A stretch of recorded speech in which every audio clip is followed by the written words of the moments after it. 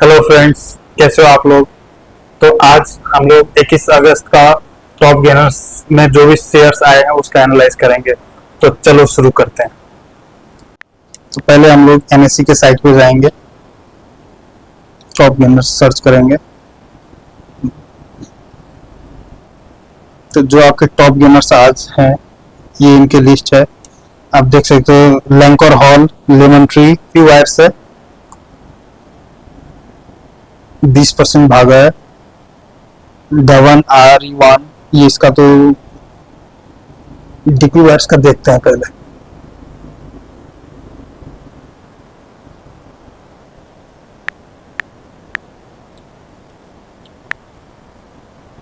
हम लोग पहले काइट में जाके चेक करते हैं कि ओवरऑल कैसा है। अगर वहां पे वहीं से हमें समझ आ जाए कि शेयर में कुछ खास है नहीं तो हम लोग एनालाइज नहीं करेंगे। अगर शेयर में लगा कि हाँ कुछ बात है तो एक बार स्क्रीनर पे जाके हम लोग चेक करेंगे कि स्क्रीनर पे जो भी इंफॉर्मेशन है काइट से ज्यादा इंफॉर्मेशन स्क्रीनर पे भी ओवरऑल होलिस्टिक इंफॉर्मेशन हमें मिल जाती है।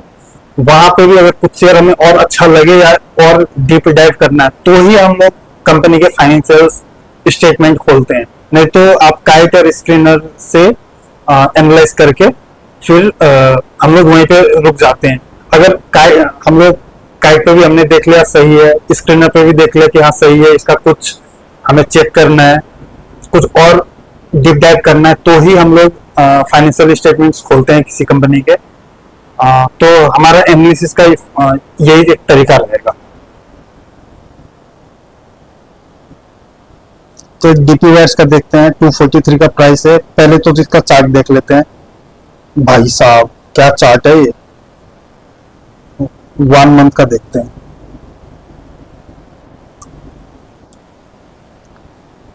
ये अपने टाइम 600 का हाई 650 के आसपास का हाई बना के ये अभी 243 पे ट्रेड कर रहा है। और आज का दिन जो इसने 20% का छलांग मार रहा है, चार्ट उतना खास लग नहीं रहा है। बहुत दिनों से इसने लोअर लो बना रहा है, बट इसने 200 का रेंज पे आके इसने मतलब 2025 का मतलब अप्रैल मई जून से आप रख लो, 2000 का इसने बेस पकड़ के ये चल रहा है। मतलब 2022 के बाद ये 200 के नीचे शेयर आया नहीं। एक बार इसका 1 डे का चार्ट देख लेते हैं। आज ही ये 205 से 243 भागा है। रीजन क्या है देख लेते हैं। इसका फंडामेंटल्स देखते हैं थोड़ा। ओवरऑल सेक्टर का पी 17 है, इसका भी पी 17 मतलब ठीक है। प्राइस टू बुक वैल्यू भी सही है इसका, मतलब 1.5 गुना महंगा है, बट कंपनी बहुत छोटा है। आप 317 करोड़ का मार्केट कैप, आपको लिक्विडिटी नहीं मिलेगा। नंबर ऑफ शेयर होल्डिंग देख 22,000 शेयर होल्डर्स है। आप खरीदोगे फंस जाओगे इन द सेंस आप बेच के अगर निकलना चाहोगे तो आप मतलब बायर मिलेगा नहीं मिलेगा, ये दिक्कत होती है इन टाइप के शेयरों में। जो मैंने लैंकर हॉल का शेयर अभी मैंने आपको यहाँ पे दिखाया था, लैंकर हॉल 22 के आसपास का चल रहा है, इसका भी सेम स्टोरी है। मैं आपको पहले लैंकर हॉल का ही खोल के दिखा देता हूँ। ये शेयर मैंने लिया था एक टाइम पे,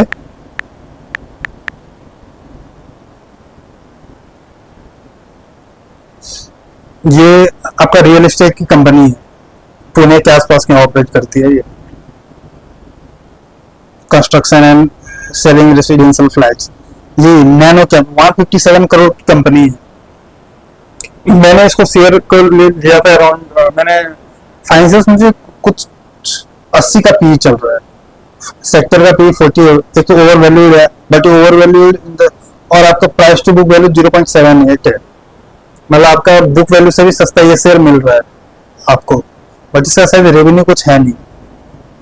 मैंने पता नहीं क्या सोच के ये शेयर लिया था।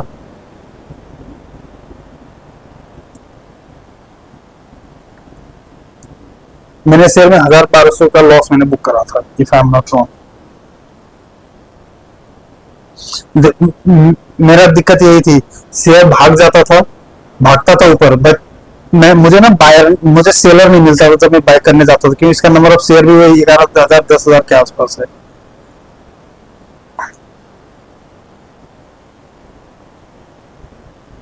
मैंने इस शेयर जब लिया था, मैं आपको दिखा देता हूँ मैंने कितने लिए थे।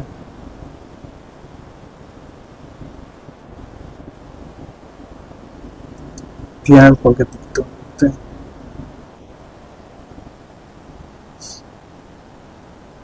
मैंने रिसेंटली इसी क्वार्टर, मतलब अभी लिया था मैंने, मैं वही डेट फिक्स कर देता हूँ आपको।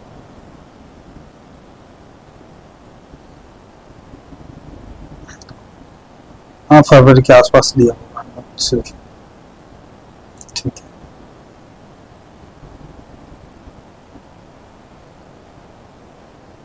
है। रियलाइज जो है पीएनएल 793 शायद उसी कंपनी का है।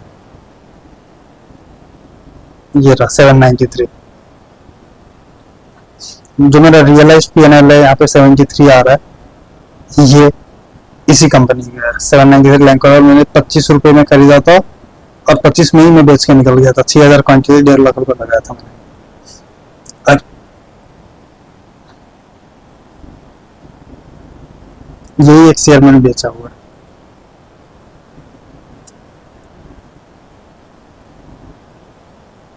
और मैंने इसलिए बेचा था क्योंकि इसका नंबर ऑफ शेयर्स बहुत कम थे।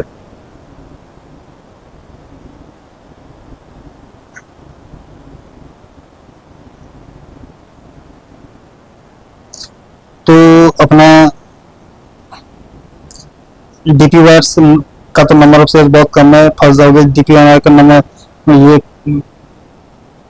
दवन आ रही है, ये भी इसका पेनी स्टॉक्स है, कोई फायदा नहीं है खरीद के। इज्मो का देखते हैं।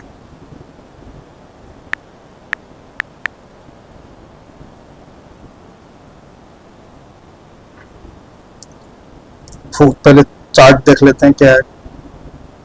ओ माय गॉड, ब्रेकअप मारा है इसने, ब्रेकआउट मारा है। 1 मंथ का देखते हैं। अच्छा, 1 मंथ का भी ब्रेकआउट नहीं मारा है, मतलब शेयर में पोटेंशियल तो है ऊपर जाने का। इसने 1 डे में ब्रेकआउट मारा है आज। देखो, इसी रेंज में शेयर घूम रहा था 425 के आसपास। हाई 425 का हाई बना के ये नीचे आ जाता था, उसी रेंज में यहाँ पे घूमता था वो। आज उसने ऊपर मार दिया। तो ये कंपनी करती क्या है देखते हैं। फंडामेंटल्स में आ गए अपन। आईटी सॉफ्टवेयर 606 करोड़ की कंपनी है, बहुत छोटा है। पीवी रेशियो भी सही है, पी रेशियो भी सही है। प्राइस टू बुक वैल्यू भी ठीक ठाक है। Return on equity 8%, not bad. Software development करती क्या है overview. Global leader providing high tech automotive e retailing solutions that involve क्या है, offering interactive online tools and services. Revenue देखते हैं, फाइनेंशियल देखते हैं, सॉरी। इस बार का अभी तक फाइनेंशियल आया नहीं है इसका। सेल्स तो बढ़ रहा है 18% के हिसाब से, डेट कम हो रहा है, प्रॉफिट भी बढ़ रहा है, नाइस। बट वही, इसमें भी वही दिक्कत है, 22,000 शेयर्स है बस। इसका पीयर साइबरटेक, आइरिस, इसमो का पी सही है। आप एरिस का देखोगे तो इसका आरओसी अच्छा है। साइबरटेक का डेट इक्विटी रेशियो सही है। इसमें 600 कंपनी का शेयर क्या खरीदोगे। Coffee day, okay, what is coffee day.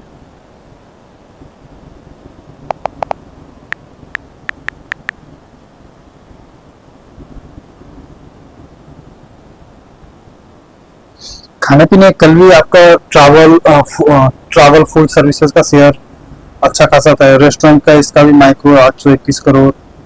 T यही नहीं, कंपनी लॉस में था, मतलब आपको दिखा देता हूँ फाइनेंशियल्स। ये रहा लॉस, ये रहा लॉस, और 2 साल से लॉस ही लॉस है। नंबर ऑफ शेयर्स तो ठीक ठाक है, बट कंपनी लॉस में है, पता नहीं। जो भी आप रेस्टोरेंट खोलना चाह रहे हो, चाहते हो कि मेरा भी एक रेस्टोरेंट हो, या फिर मैं रेस्टोरेंट कॉफी का बिजनेस में कैफे खोलूं, देख लो हालत। लिस्टेड कंपनी है।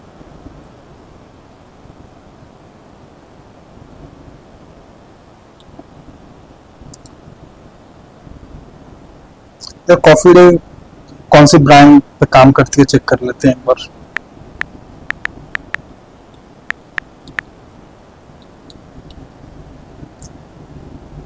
अच्छा, कैफे कॉफी है क्या?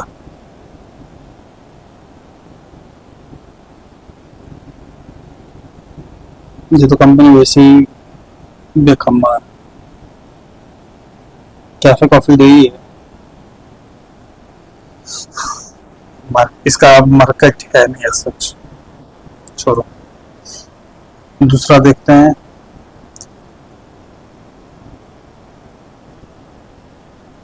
नावा, ये क्या करती है?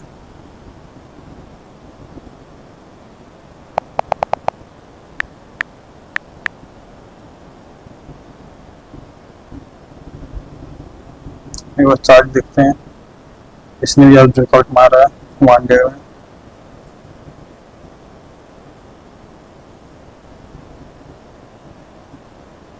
वन मंथ में देखते हैं। इसने अपना प्रीवियस हाई आज इसने अपना प्रीवियस हाई पे ही क्लोज करा, तो शेयर ऊपर जाके नीचे आया फिर ऊपर है, मतलब कुछ तो करेगी ये शेयर। देखते हैं कितना करेगी, क्या करेगी।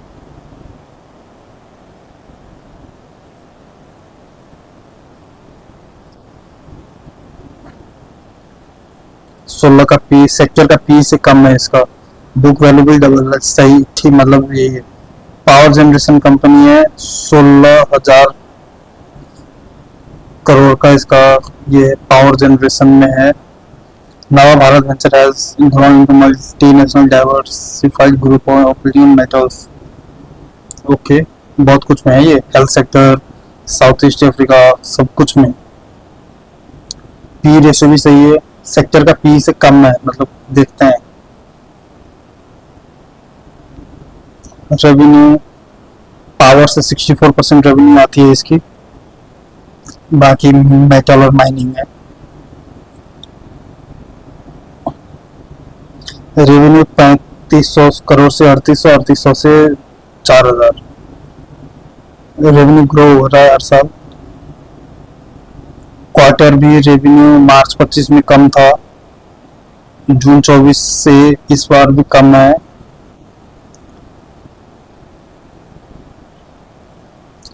बट प्रॉफिट बढ़ा है। आपका रेवेन्यू तो कम है बट प्रॉफिट बढ़ा है यहाँ पे इस क्वार्टर में एज कम्पेयर टू मार्च 25।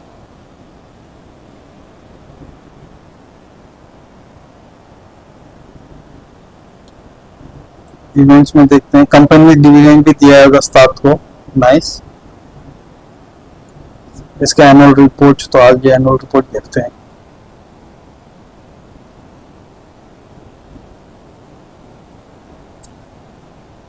इसका एनुअल रिपोर्ट देखने से पहले ना इसका स्क्रीनर पे देख लेते हैं। आपका डिविडेंड देखो, ये लास्ट ईयर डिविडेंड दिया था 4 रुपए का, इस बार 6 रुपए का।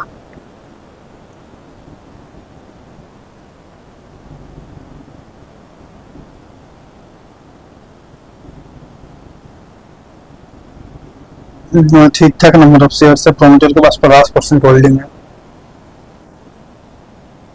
जब खोलने तो फाइनेंशियल देख ही लेते हैं इसका।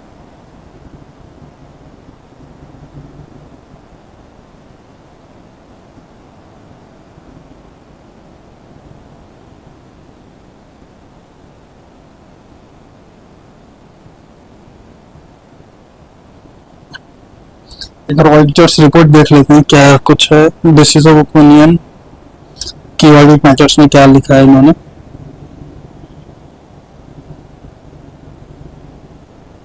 प्रोविजन ऑन कंटिजेंसी है। एक पहले ऑडिटर कौन है वो देख लेते हैं। वालकर चांडोक। हैदराबाद।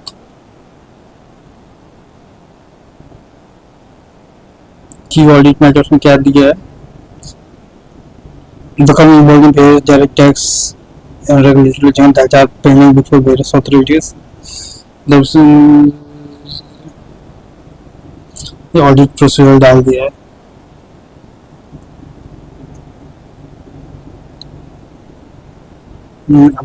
अमाउंट तो कहीं पे कुछ कोट नहीं कर रहा है। The application of accounting policy the assumptions outflow the amount involved are significant. Okay, the amounts involved are significant and due to the range of possible outcomes, considerable uncertainty around ongoing litigation.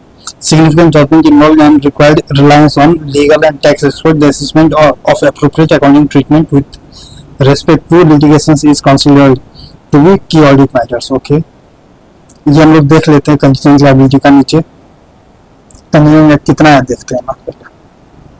और कुछ है इसमें यहाँ पे डाल रखा है contingent liability का। ये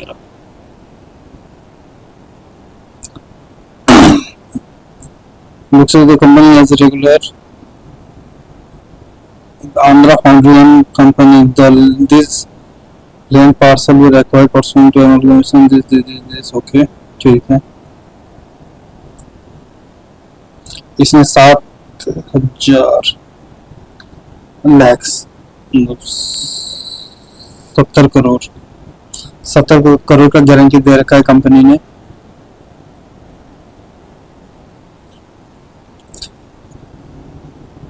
कंपनी अपना स्टैक ड्यूज टाइम पे भरती है।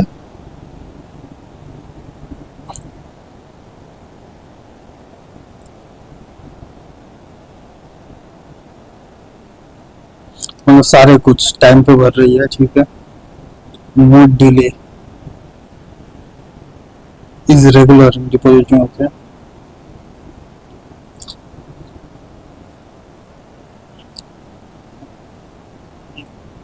दो करोड़ का कस्टम ड्यूटी का केस पेंडिंग है। 3 करोड़ का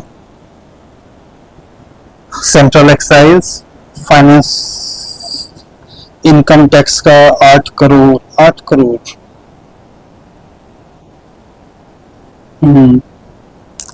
3 करोड़ 7 करोड़। भाई साहब कितना केसेस पेंडिंग है, टोटल डाला ही नहीं है भाई।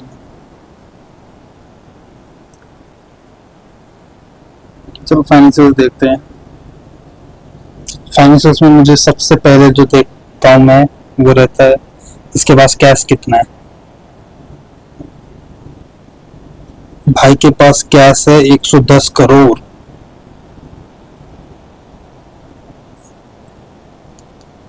भाई का जो टोटल एसेट्स है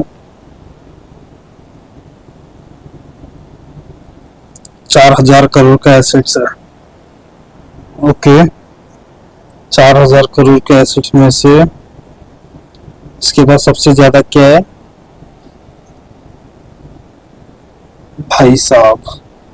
4,000 करोड़ का एसेट्स में से इसने 2,000 करोड़ मतलब हाँ 2,000 करोड़ का तो इसने इन्वेस्टमेंट कहीं और कर रखा है। नाइस, मतलब पैसा है भाई, कर लेगा क्या है। और इसका इक्विटी शेयर कैपिटल मतलब 4,000 करोड़ में से इसका अपना है 3,600 करोड़। मतलब 3,600 करोड़ 400 करोड़ का इसका एसेट लायबिलिटीज कट ऑफ होके जाता है। मतलब जो टोटल एसेट 4,000 करोड़ का 3,600 करोड़ इसका अपना है। 400 करोड़ इसको पेमेंट करना पड़ेगा लायबिलिटी जो भी है, ठीक है। अच्छा उसमें से मेरा 3,600 करोड़ का इन्वेस्टमेंट 2,000 करोड़ का तो इन्वेस्टमेंट ही है 3,600 करोड़ में से। प्रॉपर्टी प्लांट एंड इक्विपमेंट है 600 करोड़ तो 3,600 2,600 करोड़ ये हो गया मेरा।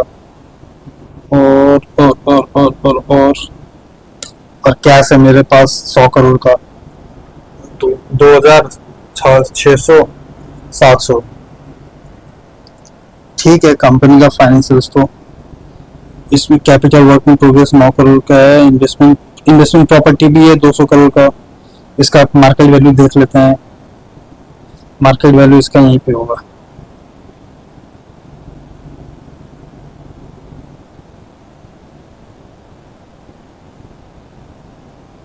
ये मार्केट वैल्यू इन्होंने डिस्क्लोज नहीं करा है सीरियसली।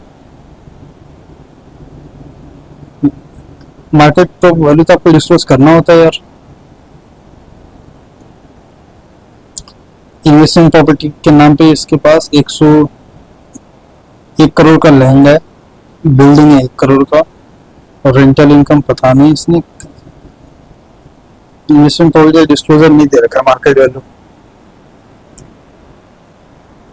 बेसिकली जो भी मेरा इन्वेस्टमेंट प्रॉपर्टी है जिससे मैं रेंट खरीदता हूँ ये करता हूँ उसका मार्केट वैल्यू हमें एज पर इंडिया हमें दिखाना होता है, बट इसने नहीं दिखा रखा। कहीं और होगा दिखा रखा और नीचे, बट यहीं पे दिखाना चाहिए था इसको।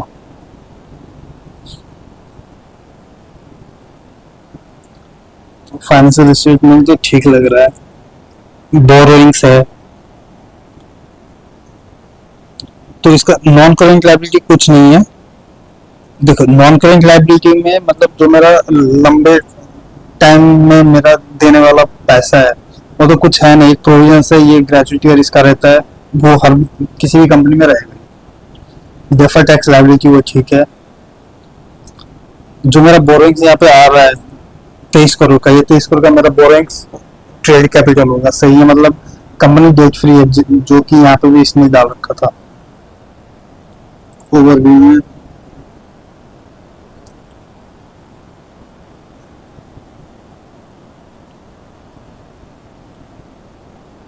डेट इक्विटी 0.12 पर बस सिंक छोटा सा है। ट्रेड पेबल है 57 करोड़। अदर करंट लायबिलिटीज में ये 88 करोड़ क्या है भाई? 17 इसका रेवेन्यू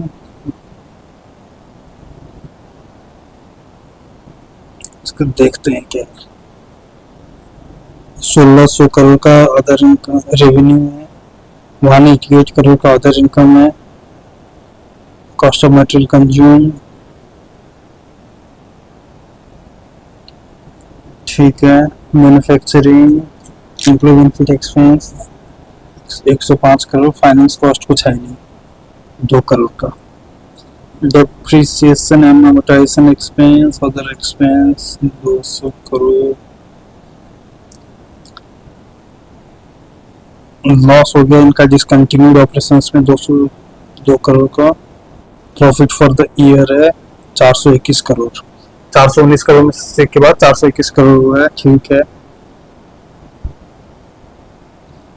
इसका ईपीएस है 14। भाई साहब 7 के बाद इसका जो ईपीएस है अभी 14 का हो गया। मतलब टोटल कॉम्प्रिहेंसिव इनकम मेरा डबल कैसे हो गया भाई लास्ट ईयर के कंपैरिजन में?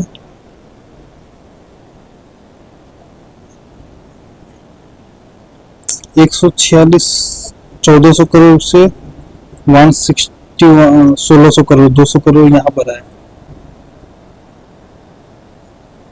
79 करोड़ से 188 100 करोड़ यहाँ तो 300 करोड़ 150 यहाँ गया। चेंज इन इन्वेंट्री भी इसका भरा है।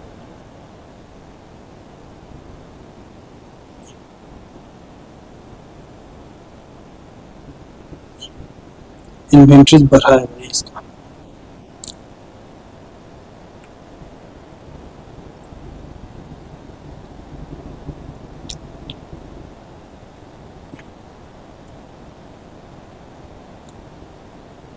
मतलब 292 करोड़ से बढ़ के ये 526 करोड़ हो गया है।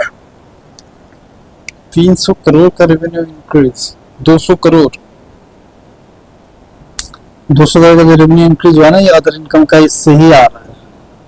मतलब आप ये मान लो कि जो मेरा ये 200 करोड़ का रेवेन्यू बढ़ा है यहाँ से, मतलब 421 करोड़ में से 219 गया तो मतलब 200 करोड़ मेरा यहीं से बढ़ा है। 80 1 88 तो अच्छा 1/8 मतलब 100 करोड़, तो 100 करोड़ मेरा अदर इनकम से 100 करोड़ मेरा और रेवेन्यू बढ़ा है, और तो मुझे कुछ दिख नहीं रहा है। बहुत बड़ा जंप है भाई। Cash flow from operations 216 crore, मतलब 200 करोड़ से इसका रेवेन्यू। समझ नहीं आया भाई। मेरा प्रॉफिट 2 गुना हो गया, बट मेरा कैश 250 करोड़ से 216 करोड़ ही है operating profit.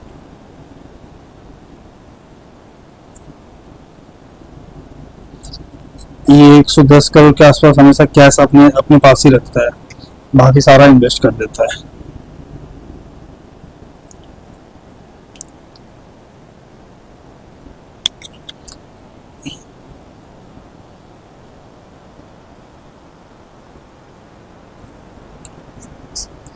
Sir, buyback of equity shares including related cost.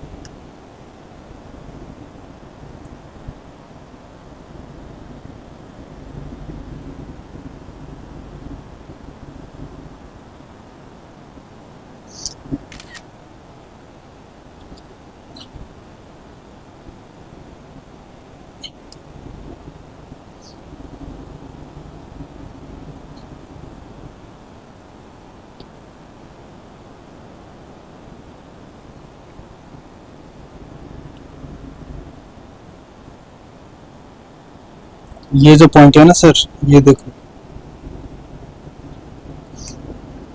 Buyback of equity share, मतलब कंपनी के पास इतना पैसा है कि वो अपना होल्डिंग कम करना चाहता है। मतलब जो इसका शेयर्स में जो मार्केट में जो शेयर इन्होंने इशू करा था, वो शेयर अपने शेयर होल्डर्स को बोलेंगे कि भाई आप पैसा ले लो, आप अपना शेयर मुझे दे दो। उसको हम लोग बायबैक बोलते हैं। अगर कोई कंपनी बायबैक कर रही है, या फिर वो दो रीजन हो सकते हैं। या फिर इनके पास इतना सरप्लस कैश है कि वो चाहते हैं चलो कंपनी का इन्वेस्टर को, शेयर होल्डर को ज्यादा पैसा देके शेयर ले लेते हैं और उसको खत्म कर देते हैं, जिसको एग्जिट चाहिए। और दूसरा होता है मार्केट में, अगर मार्केट का सेंटीमेंट, मतलब कंपनी पे कोई भरोसा नहीं अगर रहता है, तो उसका शेयर मार्केट वैल्यू बहुत कम हो जाता है, जो कि इस केस में हमें शायद देखने को मिला था। नावा का केस में हमें देखने को अभी मिला था। इसका जो चार्ट मैं दिखाता हूँ आपको, नहीं इसका चार्ट आप देखोगे, बहुत टाइम से ये एक ही रेंज में घूम रहा था। देखो, मतलब ये 2010 से लेकर, ठीक है, 2010 से लेकर 2025 तक उसी रेंज में घूम रहा था। 100 उसी रेंज में सर घूम रहा है। तो अपना मार्केट का सेंटीमेंट चेंज करने के लिए कि हाँ भाई हमें भी है, अगर तुम्हें शेयर नहीं चाहिए तो अपना शेयर मुझे दे दे, मैं तुम्हें एग्जिट दे दूंगा, मैं मार्केट प्राइस से ज्यादा शेयर में देके मैं खरीद लूंगा। तो इन्वेस्टर्स क्या करते हैं कि हाँ चलो अपना शेयर सरेंडर कर देते हैं, पैसा लेके निकल जाते हैं।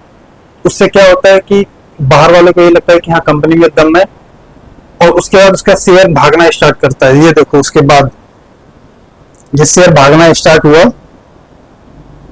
23, 24, 25 के बाद ये शेयर भागना स्टार्ट हुआ। यहाँ देखो 24 के इन्होंने कहीं पे डाला होगा कुछ,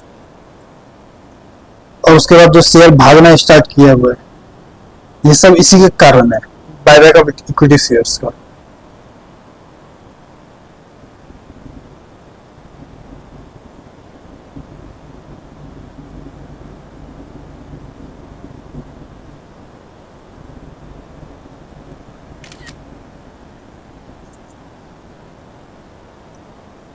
ये जो बायबैक ऑफ इक्विटी शेयर्स है ना दोस्तों, एक तो इन्होंने बायबैक किया इक्विटी शेयर्स, ऊपर से उन्होंने डिविडेंड भी दे दिया ड्यूरिंग द ईयर।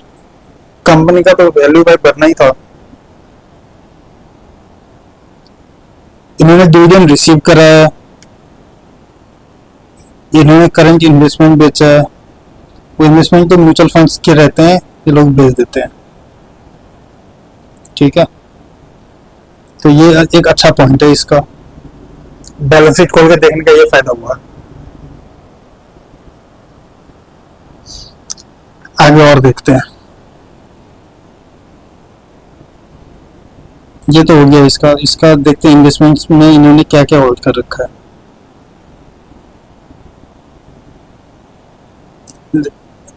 कंपनी का इन्वेस्टमेंट में जाके अंदर देख के, अगर किसी इन्वेस्टमेंट में इन्होंने पैसा लगा रखा है या कुछ भी स्ट्रैटेजी को कुछ भी हो, यहाँ से भी आपको पता चलता है बड़े लोग कहाँ पैसा लगा रहे हैं। आप भी उसमें पैसा लगा सकते हो। अगर किसी कंपनी ने किसी कंपनी में इन्वेस्ट कर रखा है, भाई कुछ सोच समझ के ही करा होगा। तो एक बार इसको देखते हैं यहाँ पे। तो ये तो मटेरियल है।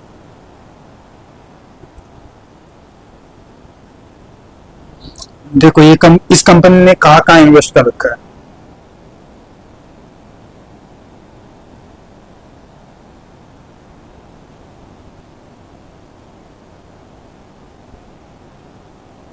भाई के पास इतना पैसा है कि इसका आधा कंपनी तो इन्वेस्टमेंट ही कर रहा है। एनबी फुटवेयर लिमिटेड में इसने इन्वेस्ट कर रखा है,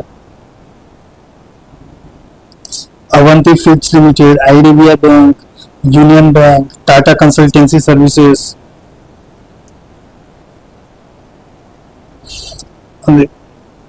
ये कोटेड है, ये मार्केट प्राइस पे हमें लिस्ट करना होता है। तो एमबी बैंक फुटवेयर में इसको लॉस हुआ है यहाँ पे। ठीक है, इसको मैं ऐसे लेके पढ़ाता हूँ, आपको दिखाता हूँ। ये कम हो गया। ये देखो अवंती फूड्स लिमिटेड में इसका शेयर मतलब इन्वेस्टमेंट 46 से 87 हो गया है। मतलब कंपनी ने कहीं पे अगर ऐड नहीं करा नंबर ऑफ शेयर्स तो ऐड नहीं करा, नहीं तो नंबर ऑफ शेयर यहाँ पे सेम है। देखो 9600 तो ये 46 से 87 हो गया, 2 गुना हो गया इसका इन्वेस्टमेंट। इसमें 8000 का आईडीबीआई का सेम रेंज में घूम रहा है। ये 74 यूनियन बैंक का कम हो गया इसका। टाटा कंसल्टेंसी सर्विसेज भी कम हो गया सारा इन्वेस्टमेंट्स। MOIL लिमिटेड ये थोड़ा सा बढ़ा है, कितना 53 से 60, 20%। ये लाइफ इंश्योरेंस तो पता नहीं कंपनी क्या चाहती है। ठीक है, ये आपके कोटेड शेयर्स है। तो आप इसमें अवंती फीड्स लिमिटेड जो है ये एक बार देख सकते हो क्या चीज की कंपनी है। ये यहाँ से कंपनी आप देख सकते हो कौन सी कंपनी क्या करती है। हम लोग बाद में देखेंगे, अभी नहीं।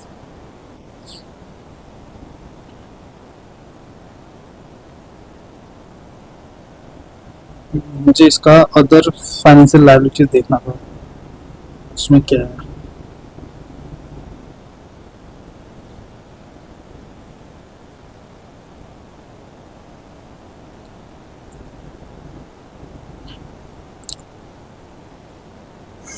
Due to directors 22 crore. Director को पैसा नहीं दिया इन्होंने। एम्प्लॉयज को 5 करोड़, चलो इसका तो ठीक है। 5 करोड़ मतलब 12 पंचे 60, मतलब शेयर, मतलब क्या बोलते हैं उसको, 31 मार्च को ये लोग सैलरी नहीं देते होंगे, 2-4 दिन बाद देते होंगे। Unpaid dividends 3 crore 56 lakh.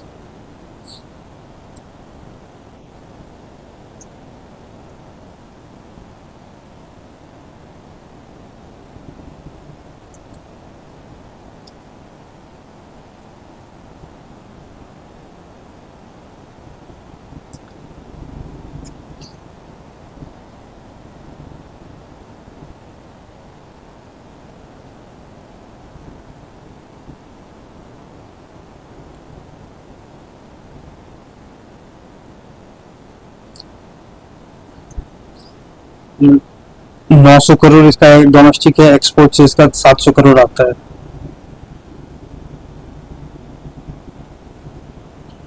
Income from investments net gain on disposal fair value, interest income on delayed payment receive from customer zero. मतलब कस्टमर से भी ये पैसा लेता है। अगर आप कस्टमर इसको डिले मतलब डोमिनेंट तो है इस कंपनी का मार्केट में। अगर ये कस्टमर अगर इसको टाइम पे पैसा नहीं देता है तो ये उससे इंटरेस्ट भी चार्ज करता है, मतलब है। इस बार पता नहीं क्यों नहीं होगा इंटरेस्ट। इसका रिसीवेबल नहीं देखा हमने।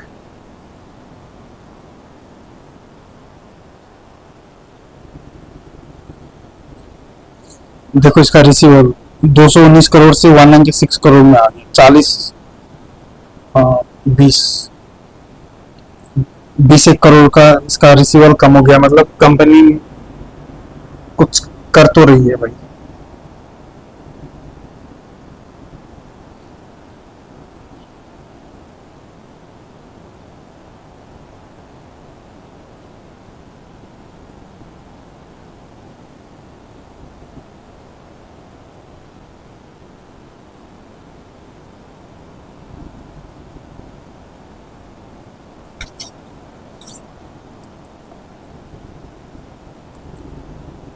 छियासठ लाख का ऑडिटर को फीस है।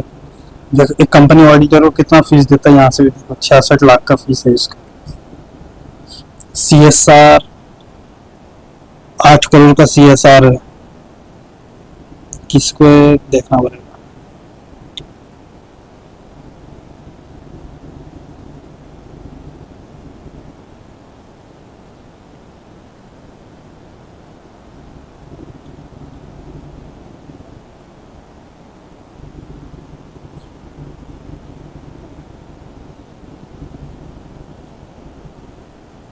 New claims not acknowledged as judge here.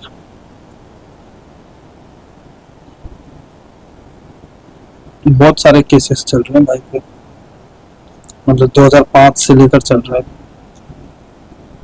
3 crore 3 3 6 7 8 9 10 11 12 13 14 15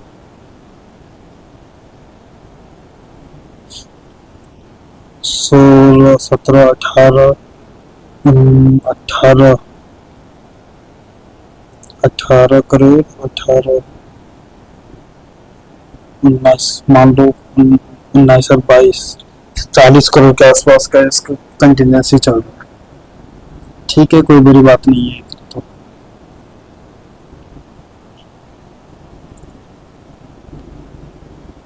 इसकी सब्सिडीज कंपनी है। सब्सिडीज का लिस्टेड नहीं है इसके।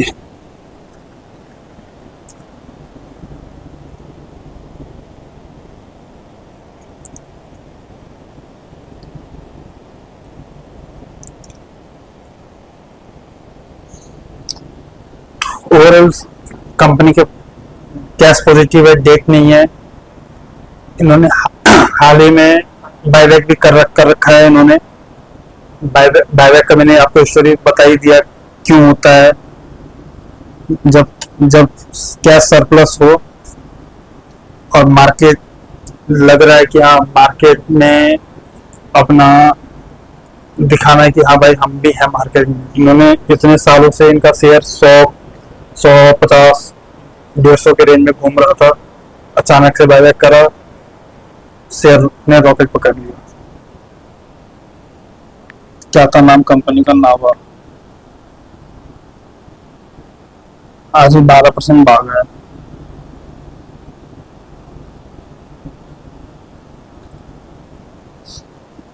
$16,000 कंपनी का शेयर है, सही है, कुछ खराबी नहीं।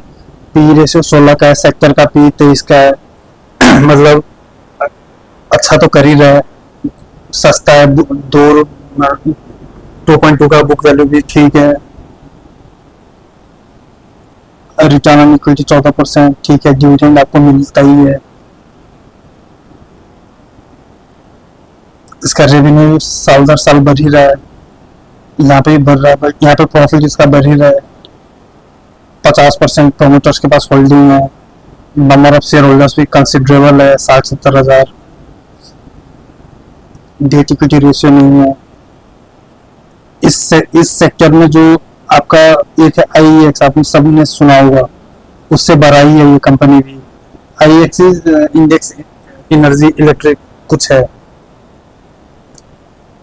पावर जनरेशन पावर सेक्टर की कंपनी है। 60 से 70% रेवेन्यू पावर से ही आता है इसका। ये देखो 65% रेवेन्यू पावर से आ रहा है। मेटल माइनिंग आपको मेटल माइनिंग कंपनी में इन्वेस्ट करने का है तो इसी कंपनी में कर सकते हो। क्वार्टरली रिजल्ट्स, इस बार का क्वार्टरली रिजल्ट्स देखते हैं रुको।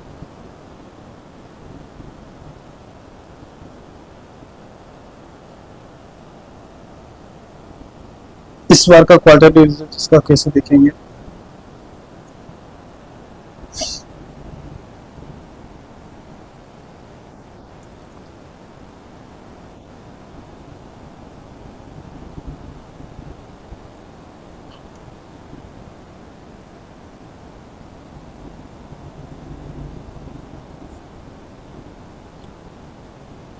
इन करोड़, आपका net profit 1300 crore, seriously consolidated basis पे देख रहे हैं। 432 करोड़ का प्रॉफिट है भाई इस साल भी। यहाँ पे प्रॉफिट था, अच्छा इन्होंने 400, जो नेट प्रॉफिट इन्होंने दिखाया 400 करोड़ यहाँ पे भी था, ये भी सेम है आपका। 422 से 425 सही है। यहाँ पे 303 इसने लिखा है, पता नहीं सही है आपका सब कुछ। तो एक नावा कंपनी हम लोग देख सकते हैं, इसका कोई रिसेंट स्टोरी है न्यूज़ कहीं पे अगर, तो वो देख लेते हैं।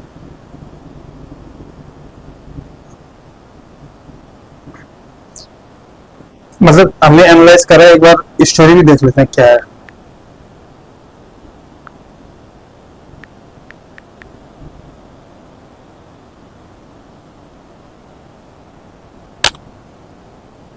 एक्सपर्ट्स क्या बोलते हैं इस शेयर के बारे में देखो। नावा undervalue stock next multibagger, पता नहीं कौन है। मैं जो सुनता हूँ बस एक ही को सुनता हूँ, मैं आपको दिखा देता हूँ।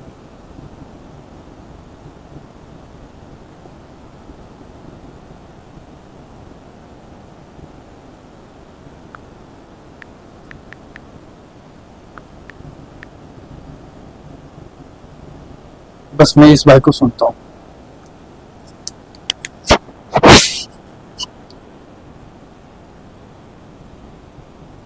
इंडिया सीमेंट ये वो स्टॉक्स जहाँ इंडिया सीमेंट ये वो स्टॉक्स जहाँ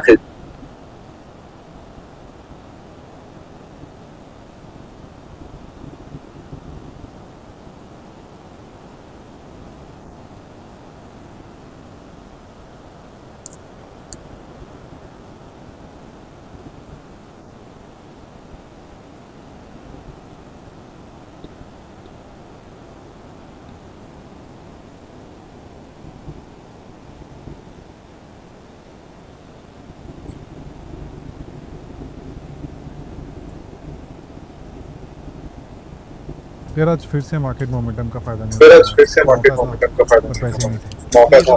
पैसा बाजार.com का क्या आपने वो शेयर पकड़ा जो इस साल 2x देने वाला है? तो ये वीडियो आपके लिए है। ओवरव्यू नवा LTD, कंपनी ओवरव्यू नवा LTD और कंपनी की शुरुआत और ऐसे पहले यह 11.02% थी।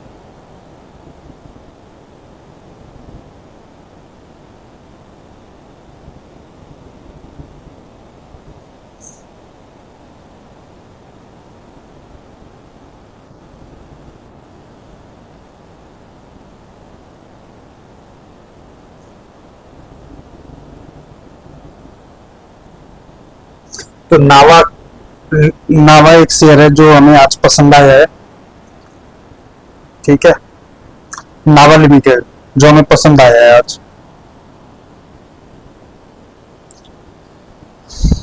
देखते हैं इसका स्टोरी क्या है, चलता है आगे। अब आगे देखते हैं एक और शेयर।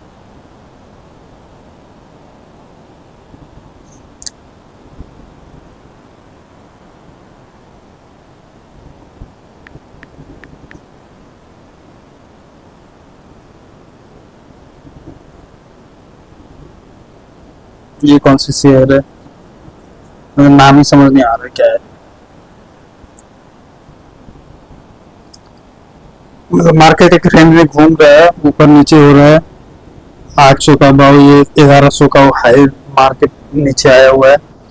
मतलब जब नवंबर दिसंबर का जो मार्केट टूटा था तो ये शेयर वहां से 600 तक आया, 600 के बाद ये 800 तक गया है। ठीक है, देखते हैं आगे इस कंपनी का चार्ट। तो ठीक ही है, मतलब रिकवर कर रहा है। फंडामेंटल्स क्या है, 2000 कंपनी की, ये भी पावर जनरेशन की कंपनी है। जब कोई कंपनी टॉप गेनर में आते हैं तो उस सेक्टर के एक दो शेयर्स और रहते हैं, बट आपको वहीं पे एनालाइज करना है कि कौन सा शेयर हमें लेना है, क्योंकि सारा शेयर, मतलब जैसे आप देखो पावर जनरेशन में कुछ न्यूज आया होगा, ठीक है, न्यूज क्या आया हमें कोई लेना देना नहीं है।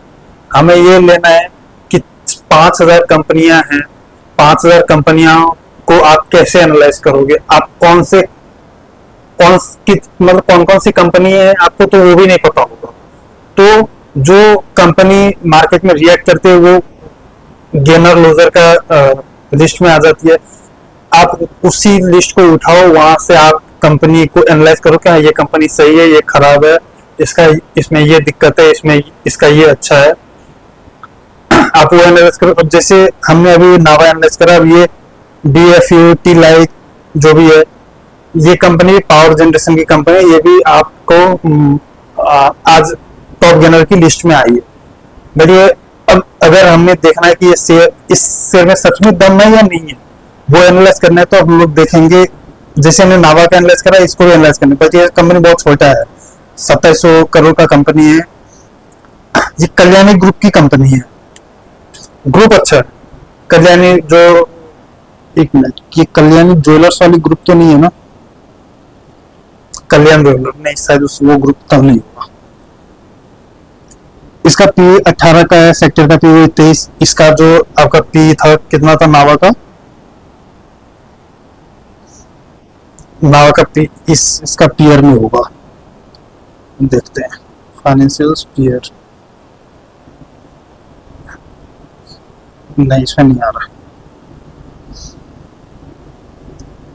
ये on generating electricity through wind mills, जैसा अपना सुजलॉन कंपनी है, सुजलॉन उसी सेक्टर की कंपनी है ये भी।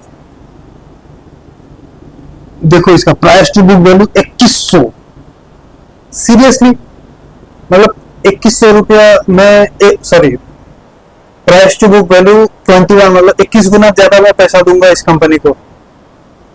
लेकिन सी इतना दम है इस शेयर में या नहीं। इसका साइड बाय साइड हम नावा का देख लेते हैं क्या था। याद नहीं रहता है ना दोस्तों, क्या करें। देखो मैं इसका स्क्रीनशॉट ले लेता हूँ और इससे एनालाइज करता हूँ।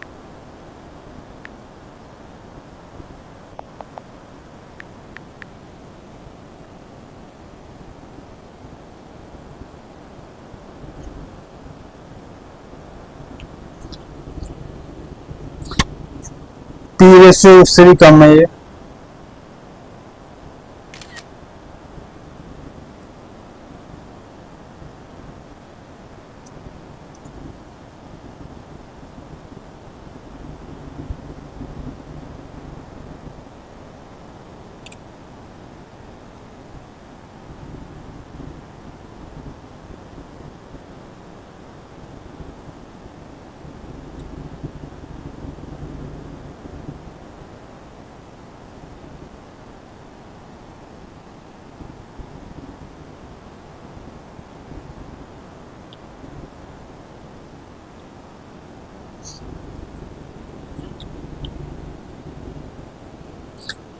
देखो सेम सेक्टर की कंपनी 23, इसका पी उसी का रेंज का है।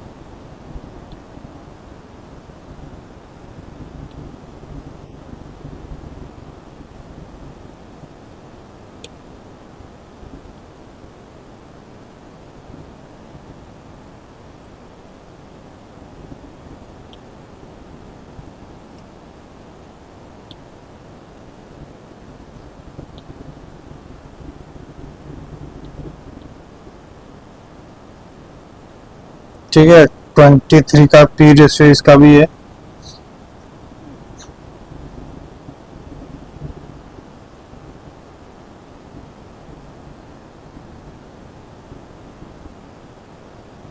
पता नहीं, चलाना आता है नहीं मुझे। अभी जो सीख ही रहा हूँ सर। ठीक है, इसका 21 का प्राइस टू बुक वैल्यू देना, return on equity 266%। Seriously 266% return.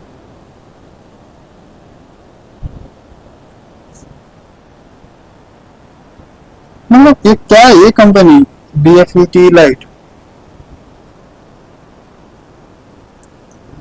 मैं कुछ क्या देख रहा हूँ, 21% का price to book value, return on equity 266%। भाई साहब, BFET part of Kalyan has restructured its business, मतलब to focus on generating through revenue infrastructure activities. Seriously, भाई 1300 करोड़ का डेट है, 1600 करोड़, 1400 करोड़ पर डेट इतना है, 1200 करोड़ का, 1300 करोड़ का डेट है, रेवेन्यू मेरा 969 करोड़, कोई काम का नहीं है ये। इसका बैलेंस शीट देखते हैं समझने के लिए, नीचे देखते हैं ना, फाइनेंशियल्स दिखे तो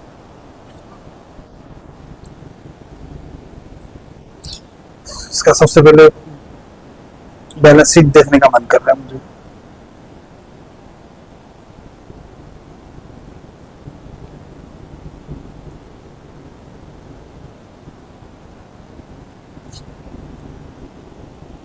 ये पता नहीं GDRTN कंपनी है कहीं की। मैं 24 का साइन नहीं भाई, 24 के बाद इसका साइन ही नहीं हुआ है।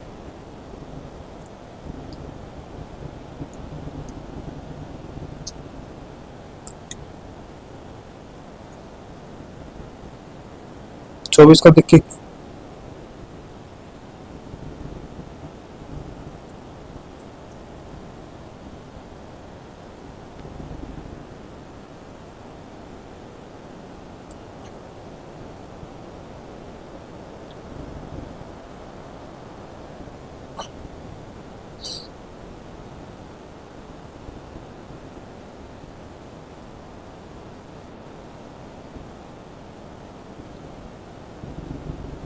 नहीं यार, ये एक बार के लिए देख लेते हैं, जब रिजेक्ट ही करना है तो देख लेते कंपनी के शेयर में है क्या।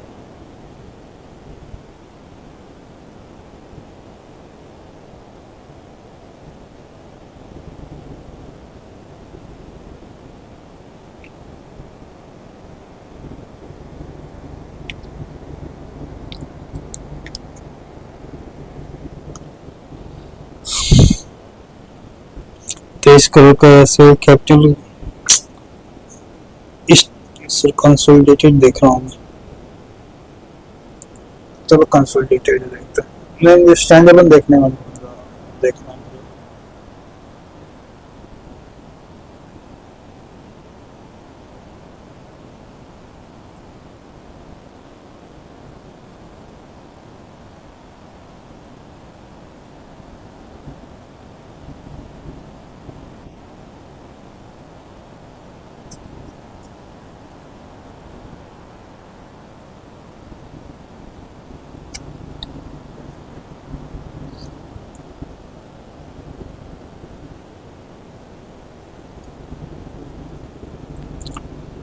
तीन करोड़ का पीपी है, इन्वेस्टमेंट से 110 करोड़ का, मतलब 195 करोड़ में से टोटल एसेट में से 110 करोड़ का इन्वेस्टमेंट है। ठीक है, मतलब अपना बिजनेस में कुछ नहीं लगा रखा है भाई ने। कैश 1 करोड़ है, बैंक बैलेंस 37 करोड़ है, खुद का अदर लायबिलिटीज। इसका बोरिंग तो यहाँ पे दिख नहीं रहा है यार, यहाँ पे डेट कहाँ से आया है इतना। यहाँ पे 130 करोड़ का है।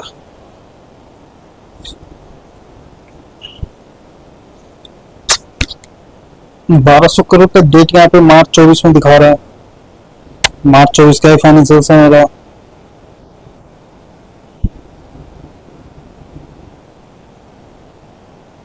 डेट तो यहाँ पे है नहीं। रिस्ट्रक्चर कर दिया गया। अभी समझ नहीं आ रहा है कंपनी बट, तो इसको यही बोल के इग्नोर करते हैं कि इसका प्राइस टू बुक वैल्यू 21 है, बहुत ही ज्यादा ऊपर, कोई काम का नहीं है। यह स्क्रीन पे देखना है, एक बार स्क्रीन पे देख लेते हैं क्या है।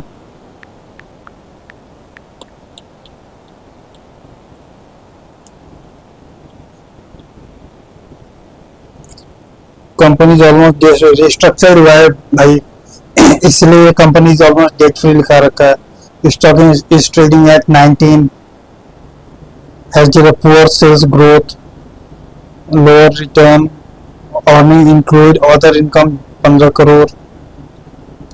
वो सब तो ठीक, बट नॉट वर्थ इट, छोड़ो। मैंने 20 का बुक वैल्यू तक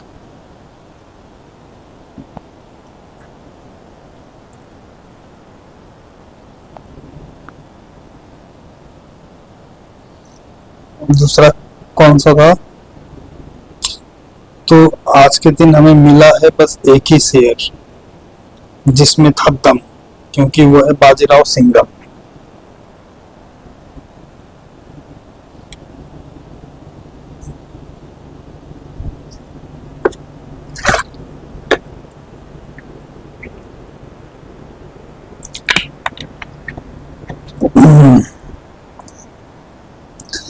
चलो दो शेयर एनालाइज करते हैं, 10% जो ऊपर वाला, बीजीआर एनर्जी और टचवुड।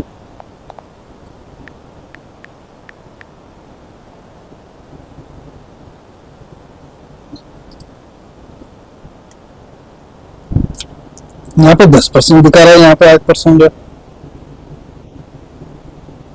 ये क्या है? 225 का शेयर 175 का लोग बना के निकल रहा है 2020 से। एक दिन का देखते हैं, एक दिन का भी ये इसने बेस 95 का सपोर्ट इसने लिया है। 95 का सपोर्ट से मतलब 95 के नीचे तो नहीं गिर रहा है बहुत टाइम से, ठीक है। तो मतलब 95 का इसने सपोर्ट ले रखा है। अगर ऐसे चार्ट भी अगर ड्रॉ करेंगे, ऐसे लाइन एक लेंगे, पता नहीं यहाँ पे होगा या नहीं होगा, मैं दिखा देता हूँ आपको।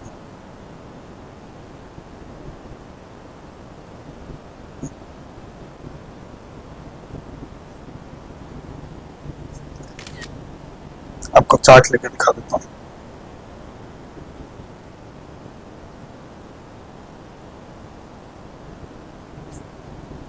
तो ये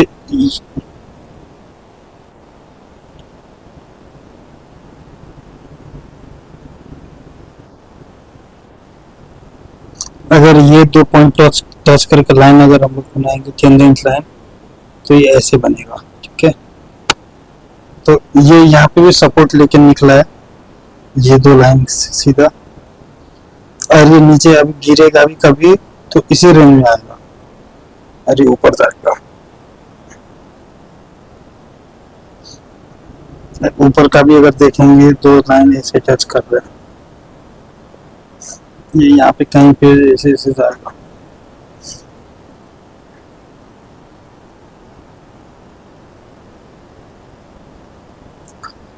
ठीक है, कंपनी करती क्या है देखते हैं। चार्ट का पैटर्न तो सही है। Delhi based event management company, band बाजा भारत, 108 करोड़ की कंपनी है सर। सर ये सैनिक फार्म में काम नहीं करता है सर।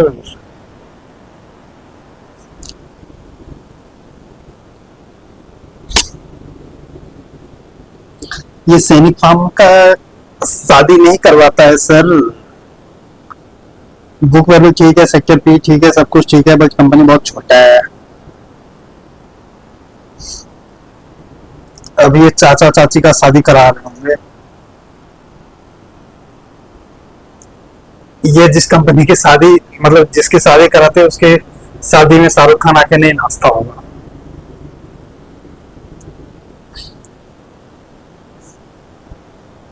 दूल्हा स्कूटी पे आता होगा। सॉरी सर, जो फिल्म फिल्म का डायलॉग है। लास्ट अब हम लोग एनालाइज करते हैं।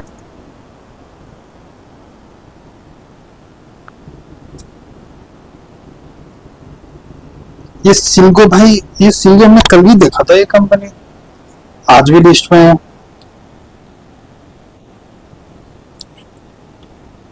सिल्गो कल भी था, आज भी है भैया। 2% के रेंज में घूम रहा है। बीजीआर एनर्जी देखते हैं।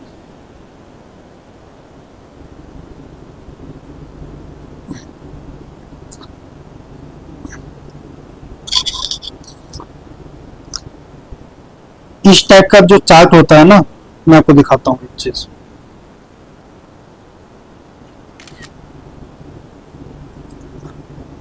चलो ये लास्ट शेयर है तो इसको मैं हटा ही देता हूँ। ठीक है, इस टाइप का जो चार्ट पैटर्न होता है ना, बेसिकली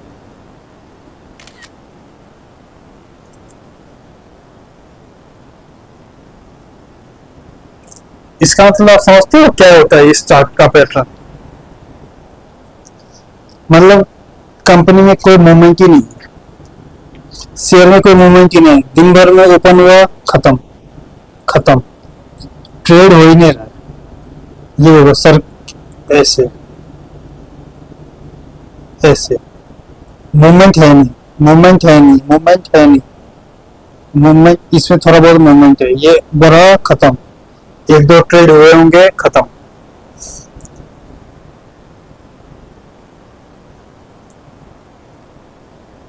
मतलब इसका मतलब बहुत छोटा कंपनी होगा ये। ठीक है, चार्ट क्लोज करते हैं, आ जाते हैं फंडामेंटल्स पे। फंडामेंटल्स पे वही 1000 करोड़ की कंपनी है। क्या करती है? Civil works, oil and gas sector, loss making company है। सेक्टर पी ठीक है, प्राइस बुक वैल्यू कुछ है नहीं, कुछ भी नहीं है। फाइनेंशियल्स देखते हैं, डेट 2000 करोड़ की डेट, 1000 करोड़ की रेवेन्यू, आमदनी 98, कर्जा रुपया, खर्चा भी नहीं कर्जा, आमदनी 98, कर्जा रुपया। 51% शेयर होल्डर है, पता नहीं क्या करती है। Market debt equity ratio minus में है भाई, सीरियसली मैन। इसको भी करते हैं क्लोज। तो आज हमने एनालाइज, हमने आज हमें जो सबसे ज्यादा पसंद आई थी शेयर नावा, नावा लिमिटेड, उसके बहुत सारे पॉइंट्स थे जो हमें पसंद आई थी आज।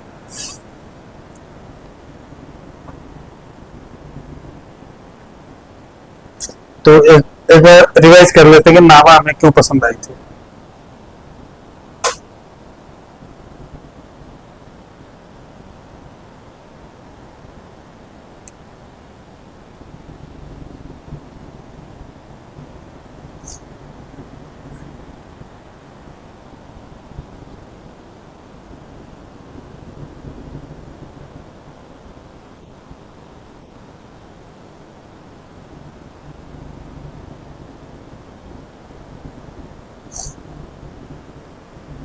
नावा नावा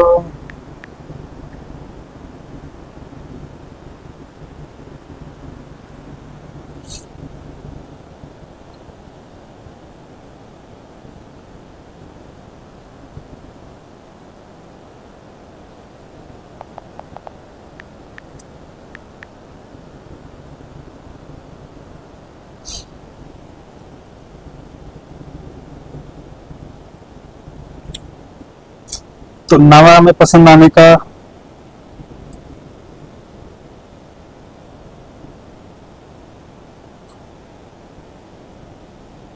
देखो ये इसका टेक्निकल पता नहीं क्या है, मुझे समझ नहीं आता। आप इस भी इसको भरोसा मत करना, बट हाँ देखो जो हम लोग बोल रहे हैं 19 आउट ऑफ जो भी है, पता नहीं क्या है, हमें मुझे समझ भी नहीं आ रहा। ये सारे कंपनीज बुलिश है, इस पे पता नहीं क्या है।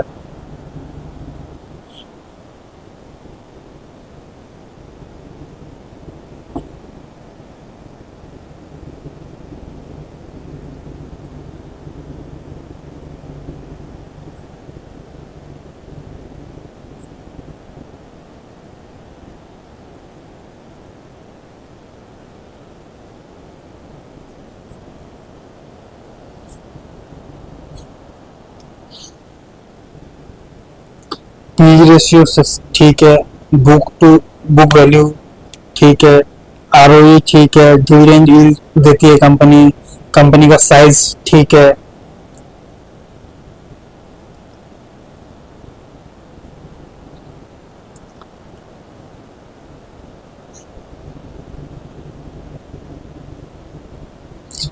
कंपनी पावर सेक्टर में, पावर सेक्टर अच्छा ही करेगी कुछ टाइम तक।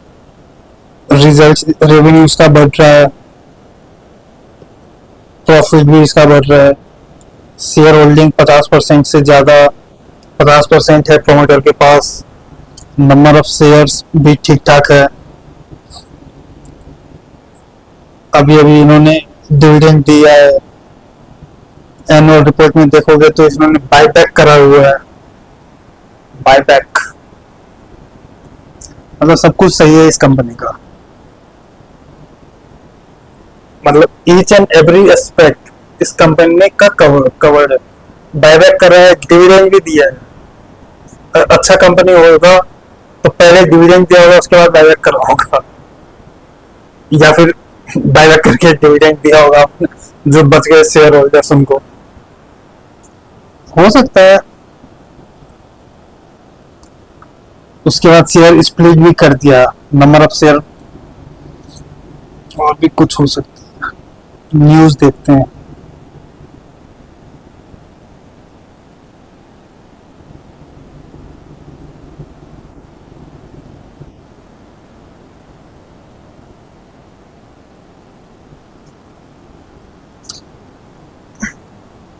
इस कंपनी ने 500 रुपये पे तो बायबैक करा था शेयर।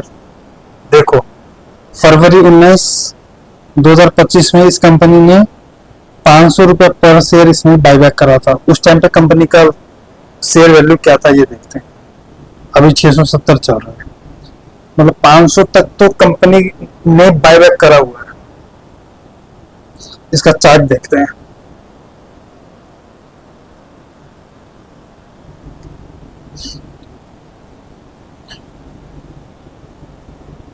जब कंपनी ने बायबैक करा था फरवरी में, देखो फरवरी में जब बायबैक करा था 400 के रेंज में था ना।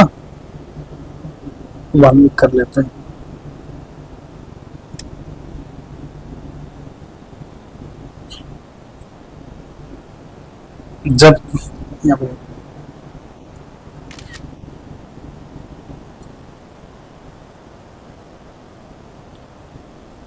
जब कंपनी ने बायबैक करा था फरवरी में, तो चलो इसको मान लेते हैं फरवरी ये कैंडल को।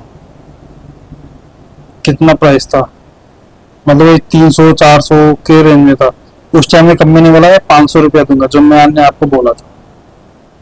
मतलब 400 में देगा तो कोई भी मार्केट में क्यों नहीं बेचेगा, 500 रुपये देगा। उसके बाद ये शेयर का वैल्यू थोड़ा घटा, फिर देखो अब तो गजब ही बढ़ रहा है। तो गाइस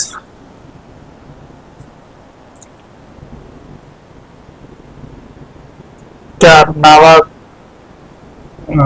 लिमिटेड को आपका पोर्टफोलियो में जगह मिलेगी या नहीं मिलेगी, कमेंट करके बताएं। आज के लिए इतना ही, धन्यवाद।